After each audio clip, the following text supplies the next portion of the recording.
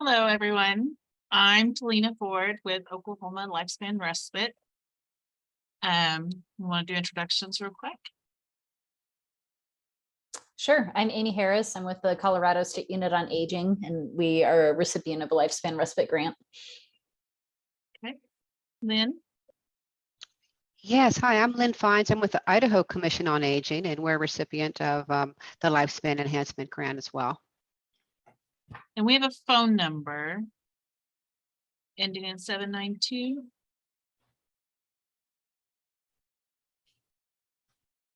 Okay. And we have Illinois.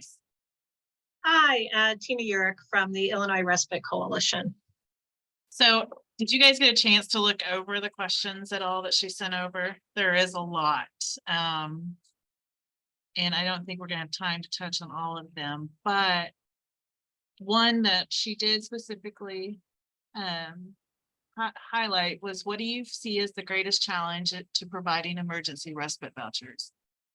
And are any of you excited after hearing some of the options today that others are doing? Well, in Colorado, so far as I know, one of the reasons I wanted to attend today's meeting is because I don't know that we really have any kind of emergency respite set up.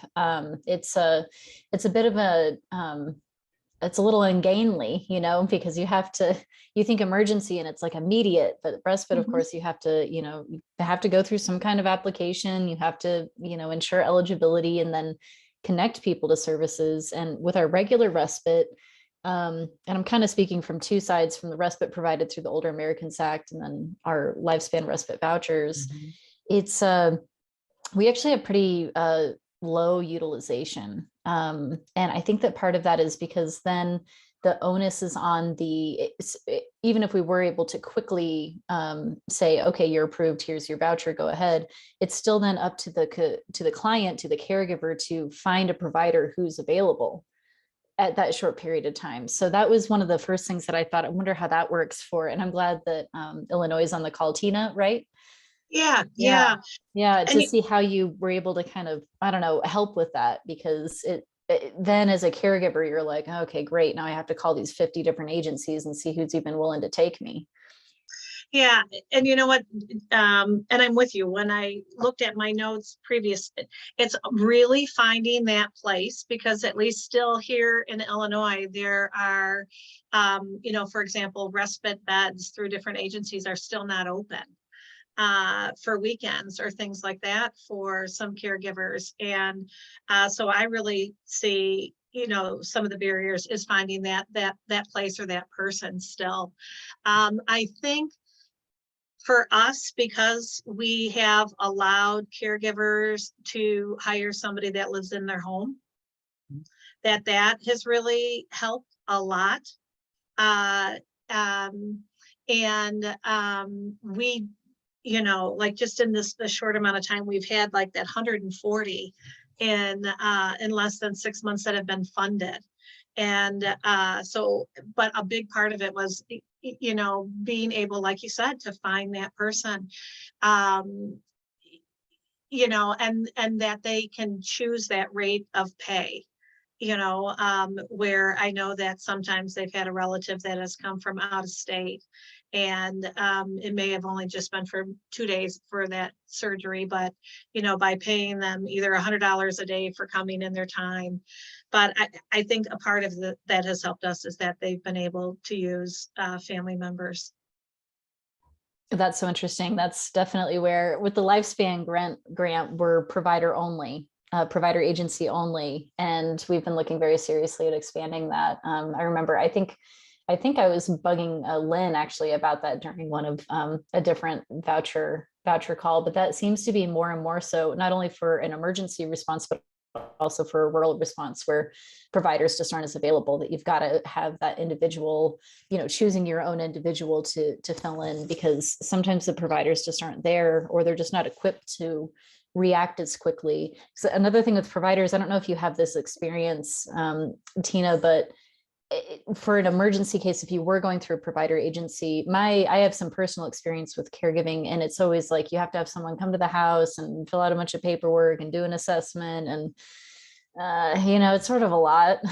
You end up having to go through. You appreciate the help, obviously, but Right, it's kind of right. like, look, I just need someone to come in here and, help me take care of this person for a few days. I don't really want to go through all of this assessment stuff. I don't know if you've gotten any kind of experience with that or feedback about that. Yeah, so really, once that caregiver is approved for that $500, they're basically the employer, so it's gonna be them deciding what kind of an assessment they want, their questions, who they want. We've had some of them who are like, you know what, I have somebody that I know from a friend. Is there some training? And that's where we've been able to give them that free virtual training. But there isn't that long assessment piece, because it's really up to the caregiver, and they move quickly. I would say, one issue that we came into is that it's for the caregiver to decide whether it's a place or it's a person. And we had one camp that all of a sudden we were getting all these referrals, and it's an emergency, and can I use the emergency to pay for this camp? And one of our staff members said it perfectly to a caller. We're just trying to, again, get that screening piece. Is we provide care. That's what we're looking to do, is provide care, not camp. And so there was like one provider we had to kind of talk to about just referring and not really telling them what to say. That's on our form that makes them eligible and things like that. That has been something that has come up. But giving the caregivers a flexibility made a really big difference. And we through our in-home grant, especially having that during COVID, that's where you saw the families, the caregivers still getting the respite, is when it was, definitely somebody that they knew and trusted. So, Well, and just to piggyback off that a little bit, I love the idea of being able to use people that are in your home, because number one, they know the best about how to right. care. But so my children, I got twins, and my husband was overseas when they were 6 months old. And my friends knew if their phone rang that I was calling to ask for help so I could go to the grocery store. And so they quit answering their phone. But if I had had an incentive of, hey, I'm asking, but I'm able to pay you, they may have picked up a few more times, and I wouldn't have not necessarily burnt bridges, but just, what we call in our household, made so many withdrawals and fewer deposits because I couldn't. And so I love being able to provide that to our family members that are already doing the work, but maybe are a little resentful for it. Yeah, even neighbors, that sort of thing. My grandma has basically a whole kind of village that takes care of her. I'm among them, but yeah, it ends up being kind of people around the neighborhood that can stop in and help with different things. And maybe they don't have the capacity to be some kind of full-time support, but they can come in for a little bit. And especially with I'm thinking of my grandmother who has dementia, but in Illinois' case, I think it was just for IDD, right? And IDD can be so specific for how an individual needs to be cared for. It's it's hard to just apply in some cases. I think it's hard to just apply general principles of care. It's really needs to be very individualized to that person, based on, because IDD is such a broad, such a huge spectrum, that having people who already know the individual, that I just can imagine that would make a huge difference. Lynn, did you want to chime in here? Yeah, on the greatest challenge to providing emergency respite vouchers, I think it's that barrier, where if you're the caregiver and you're in an emergency, the last thing you're thinking of is, oh, I'm going to call like the area agency on aging and try to get emergency respite. It's just, the process of going through a paperwork. What if I'm denied? Then I got to go somewhere else. I don't know how to quantify that, but that's what I see as like the greatest to an emergency respite. Well, I think you quantified it process. greatly by just saying the process. That is the process of doing it is so intimidating that people just don't. Right. Or Yeah. their need is so immediate that they can't. Right, right. And it's an emergency. So that's exactly right. You don't plan for an accident or an emergency. I mean, Right. you know what I mean? No. And And then, accidents happen and then you're in an emergency situation. right, yeah. Did you guys see another question we wanted to report back on? Don't see it. We have 9 minutes left, so. We It's kind of touched challenging. on what a primary so we touched about the barriers. What about training? Do you train family caregivers to prepare for emergencies and develop a plan to find or use during an unexpected emergency? I can't say that we do because Yes, I know we it's do. so individualized. I mean, we can make recommendations like here, fill this out and put it on your refrigerator, but you not can't a really bad hold idea, your though. hand and do that for them. Right. No, it's hard. I know that every time personally, just that like I'll do a presentation and whether it's to staff or whatever, I'm always talking about how's your village? And I know that's, it probably shows my age, but I'm always like, do you have a village? What's going on with your village people? We've got to work on your village because that's key. Because that's going to be, if it happens in 1 hour or something happens, who's going to be there? We can work on, the process for us is like, just that application is that 6 pages. We haven't had complaint, but that real emergent is about making sure you have that village so that there's somebody can be there while you get these other things situated. And that's, that's hard. The training piece, we're really excited for this new virtual statewide Illinois specific lifespan training. And you can start and stop. And, we followed Wisconsin's model that they used for 10 years. So we're really hoping, we know that we have different respite agencies are going to be using it. And then we want to also send it to the PASS agencies for the families that are looking, to hire their own workers and stuff so that there's some kind of training out there and it provides a certificate. So, that's something nice to then, be able to have and say that you did. But I'd yeah, love to see that because we're going to go head in that direction too. I'd love to see that training once it's published. I don't know. Is it? Well, I can send you the link. I'd be happy to hear what it's, it goes anywhere from 4 to 7 hours. So it's Okay. not a 2-hour training, but it's across the lifespan. It is Illinois specific, and I'd be happy to send you the PowerPoint so you could take a look at it. We just launched it with these other states in the pilot project in January.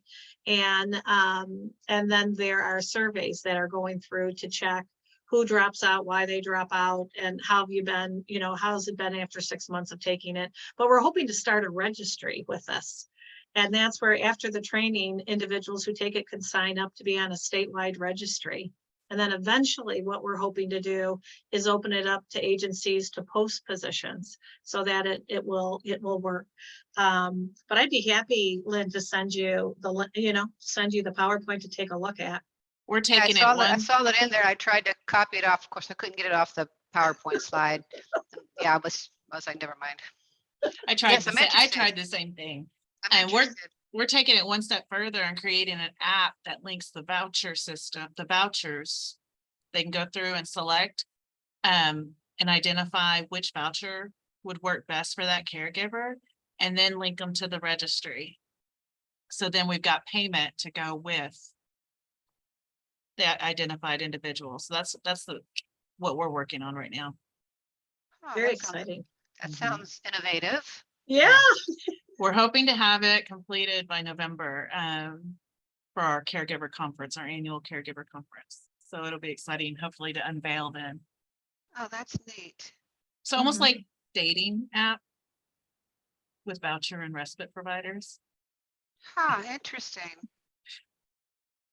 So we'll let you know how that goes. I've only been in this position since April 11th, but it has been a interesting process trying to get that developed. I never knew how much went into actually developing an app You Oh, think you just yeah. tell somebody what you want, they do it. Mhm. No. So, would you be able to, I don't know Go if ahead. this might be too advanced, but would you, using the app, be able to directly schedule? So you've got your voucher and then, you can just, online scheduling would be, I mean, I don't know if To- that's even possible or if anyone does Wow. that, but from a consumer perspective, being able to just do online scheduling would make it way faster to find how to use the voucher, instead of having to get on the horn. That just, or even email, it just takes a lot longer, and it's, I don't know Right, if and that's you know even a what possibility. we find with people that are in crisis, and that somebody's reaching out for a respite or someone that's caregiving, is that the more steps you put them through, the less likely they're gonna take them. Mhm, mhm. So I love that, and I wrote it down. I'm stealing it if it's a possibility. All right, I think this one's a good question. How do you define emergency respite? What is your definition of an emergency that needs respite?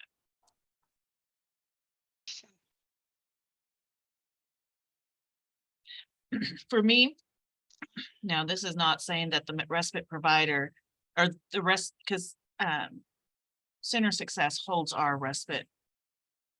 They do the vouchers, but an emergency to me is what is considered an emergency to that caregiver, and how do I assist them through that? Or like the caregiver has to go into the hospital for surgery and their care recipient can't be left alone. Mhm. I almost wonder about, Tina was talking about how flexible that definition can be, which I appreciated because, say for example, you have some kind of situation where you have regular care, from a regular provider even maybe, but then that provider is not available for some period of time. I mean, people need to take vacation or whatever, and then it's like you're trying to plan for that gap. It's not an emergency in the sense of the word that we usually think of it, but it is kind of like, oh boy, I need to gap fill here, otherwise I don't know what I'm going to do with, without the additional support. I think caregivers do sometimes rely, many caregivers are on their own completely, but many others also, use professional services to the extent they can afford them. And if that professional support is gone, I wonder if that would count as a emergency situation for Illinois. So, for us, so our, the eligibility, and it's interesting because as staff, and we have our staff meetings and we call, they're like, boy, it really is broad, because it's like you said, it could just be that, uh, you know, all of a sudden I'm needed at work and I have nobody to watch, my mother with dementia. So we're very broad on the emergency piece. And the only thing with us is if you are linked to other services, then you're not eligible through our program for the ERC program. So it's really, you can't already be linked to services. Because then we would, we're hoping that you're going to call, the agency that you're working with, and that they could either provide, additional services. And that's what we do for our in-home. We'll say we provide 180 hours of program year, but we also can give more, and some families can use less based on what comes up. But we had some agencies that their funding fell through, so they're not receiving anything. So they are receiving emergency respite services right now to be able to work. And, while we locate and get them on more sustainable, in-home support or a voucher support. I hope I answered your question, Amy. Yeah, I think so. Oh, okay. I think this is a tough question because it's like, Yeah. and if something didn't seem like enough of an emergency, I think that's where the broader group discussion of, well, that's where you connect them with, with your core respite program or with other programs that might be able to offer some, longer term, more sustained support. So maybe they found their way through the emergency respite program, but it turns out that there are services that are more appropriate for them outside of emergencies. So it wouldn't necessarily be you're declined and get out of here. I think that's what Lynn was concerned about. But Yeah. it's, hey, emergency isn't quite right, but we have this other option. All right, it looks like we're being pulled out of here, so go back into the other room, and if I miss anything, when they call on me to report back what we talked about, please jump in. Thank you. Uh-huh. Thanks.